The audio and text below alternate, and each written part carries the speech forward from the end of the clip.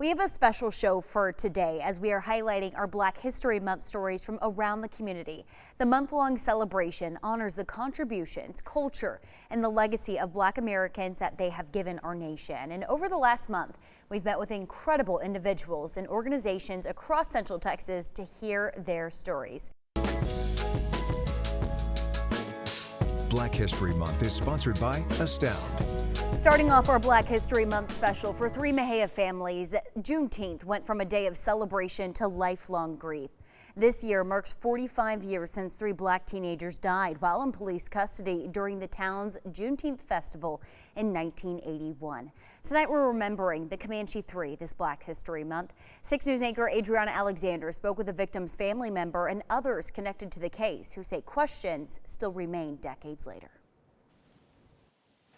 It was a nightmare, and ain't nothing true about it. A night of celebration turned into a night of terror for 3 Black teenagers in 1981.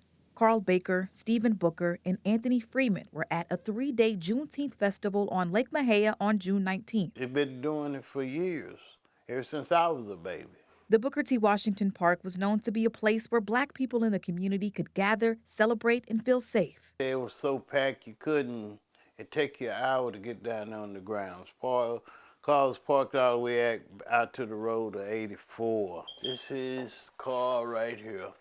Baker's older brother Anthony says Texans would come from Dallas, Houston, and Austin just to make it to the event. It was here at the Mejia Lake where more than 30,000 people came to celebrate Juneteenth in 1981. But when Carl, Anthony, and Stephen were arrested by police officers, it forever changed the Mejia community. They was all out there, and matter of fact, I could have been with them. Later in the night, 3 law enforcement officers with the Limestone County Sheriff's Office sailed into the celebration on Lake Mejia in a small sailboat. As they combed through the event, officers claimed they found the 3 teens in possession of marijuana. He didn't have no marijuana. And if he did, it wasn't his. There wasn't nothing to raise a fuss about. Soon after, police arrested Booker, Freeman, and Baker.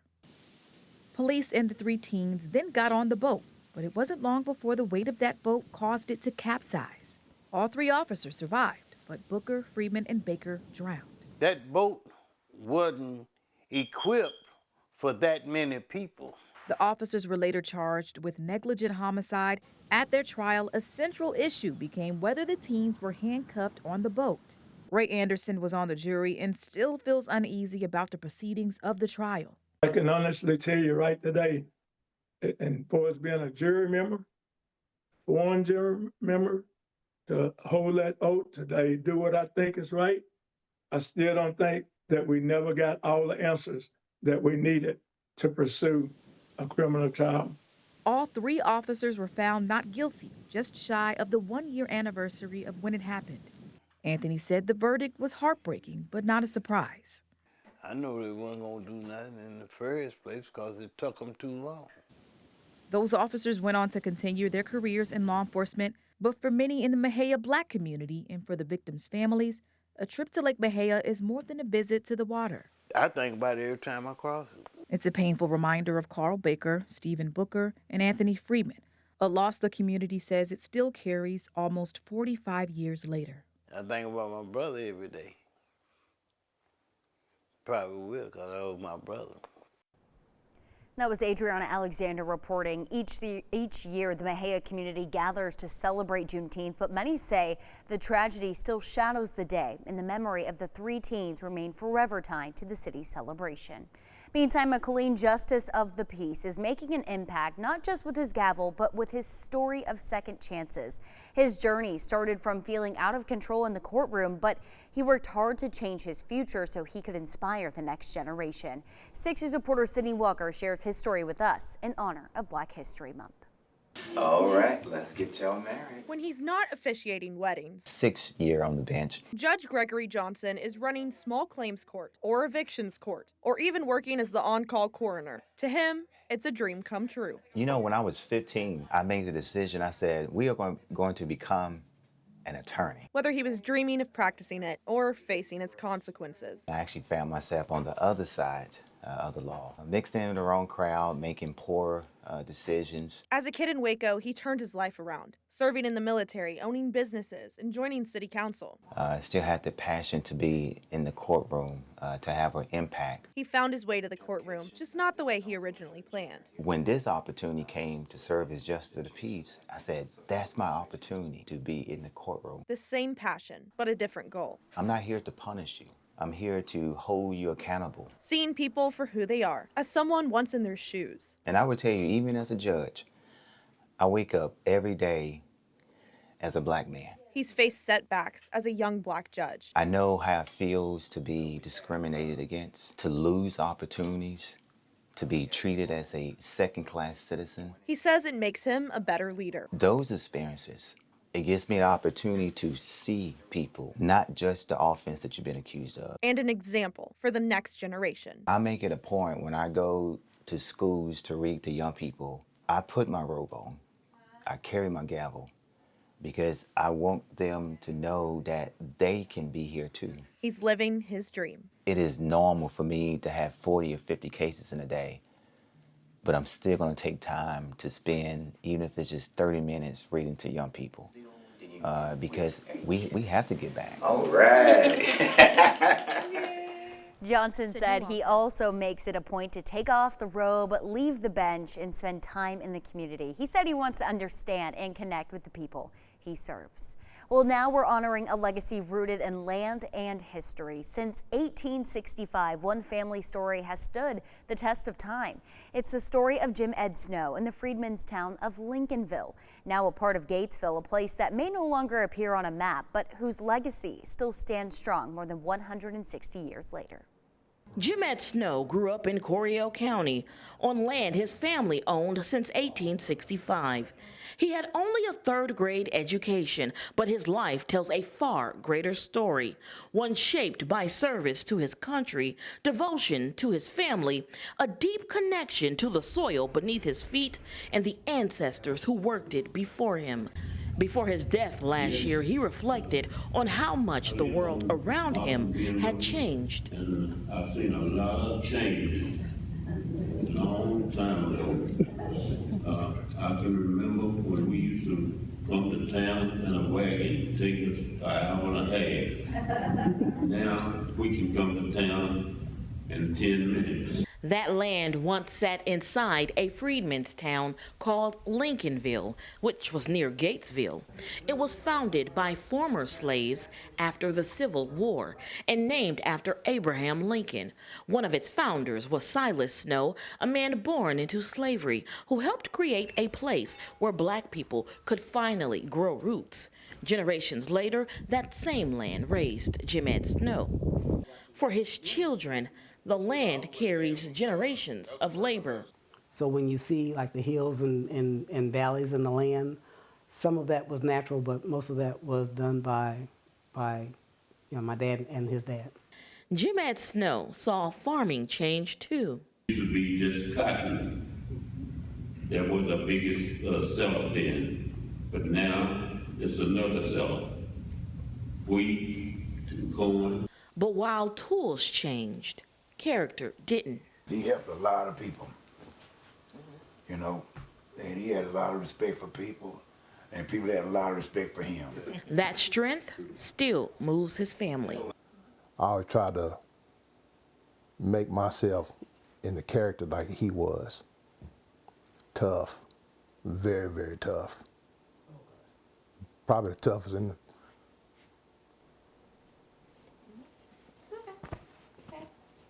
His son Jonathan says his father led with love. He was very proud of every single one of us growing up. I think he took pride in talking about us with his friends, and anytime he was meeting somebody, he would always introduce us with a big smile on his face. Lincolnville eventually faded away, disappearing from county highway maps by the 1940s. But its legacy still stands on this land, held since freedom, shaped by generations, and carried forward by the Snow family. In the last 5 years, I've probably learned more about my father than I probably knew the entirety of my life.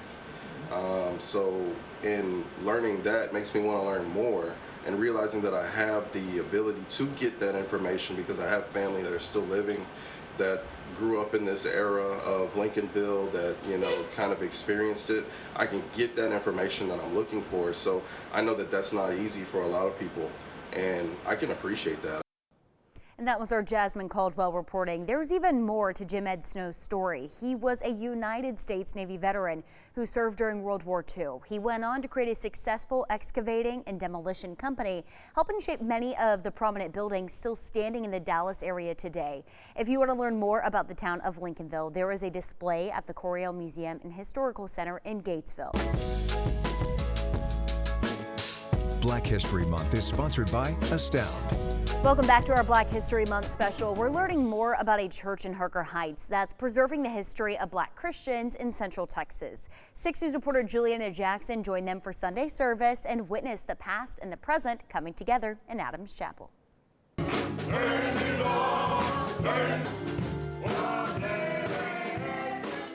On Sunday morning, the voices inside Adams Chapel rise before anything else does. The choir fills the sanctuary with joy and history.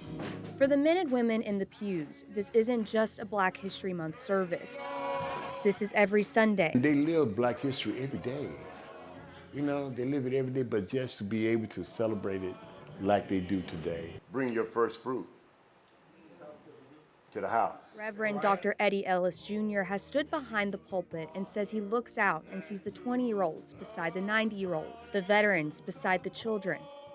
Moving forward, our children is smarter, they're more intelligent. Not saying that we wasn't, because they had to get it from us, but the Black history mean to me pride in the community, and also seeing that our hard work is being recognized. In the 1700s, Bishop Richard Allen and his fellow worshipers were told they were praying too loud in a white Philadelphia church. When they were told to get up, they did, and they never went back, and created the African Methodist Episcopal Church. Adams Chapel carries that same spirit. Founded in the 1960s in a living room by Reverend Velma Hayden and her husband Frederick, with 12 members. Nearly 50 years later, that faith fills the room every Sunday. You usher in the Holy Spirit. The Holy Spirit comes down upon you and it moves your body and it makes you feel good. It gives you gladness. Even though you're dealing with so many different things and distractions and all the pains of the world, when you come to church, you try to let those things go. Many members have worshiped together for decades. Some were stationed at Fort Hood and found their way here and never left.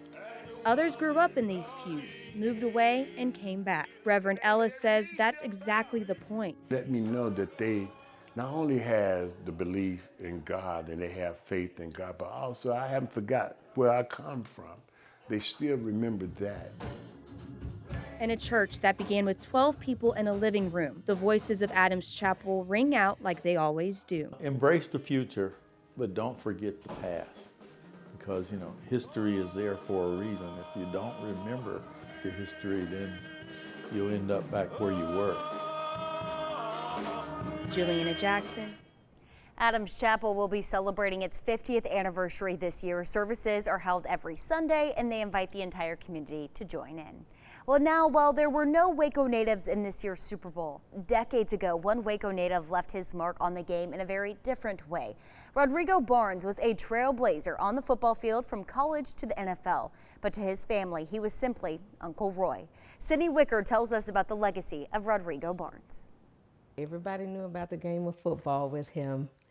And it says, life is not about the wins and losses or struggles along the way. Those are the words that Natisha White says she holds on to when she thinks of her Uncle Roy. Rodrigo Barnes grew up in Waco, attending Carver High School, an all-black school from 1956 to 1970, until the schools were integrated. From there, he went on to Rice University, becoming one of the school's first black scholarship athletes, at a time where segregation still shaped everyday life.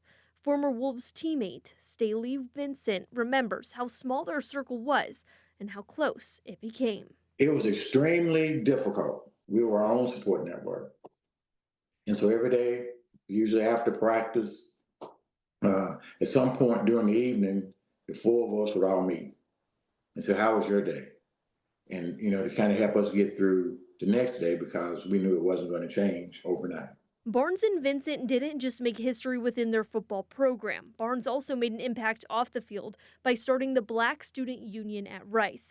The movement was to push the university to hire more African American teachers and coaches. Those protests were well known on campus. Rodrigo was just outspoken, and he basically told you what he felt and what was on his mind. I know some people have referred to him as, Colin Kaepernick from back in the day, taking a stand for what he believed in. That honesty followed him into the NFL. Barnes was drafted by the Dallas Cowboys in 1973, later playing for multiple teams and eventually winning a Super Bowl with the Oakland Raiders. Still, for those closest to him, football was only part of who he was. The spiritual part of that, the transition from football over to the spiritual side and the impact that he had on me spiritually with praying for me, praying with me, that's something that I have taken with me, and I have been able to share that with others, including my son and other people that I encounter. Barnes was 73 when he died in May of 2023 after a battle with a lengthy illness, as his family describes. But now they hold on to one final message that describes how they remember him. I've learned far more from losses than from any win attained. Nothing could replace all that I've learned. Put me in, Coach Jesus. I'm ready to play by all of the rules in your book today. So that's how I remember my Uncle Roy.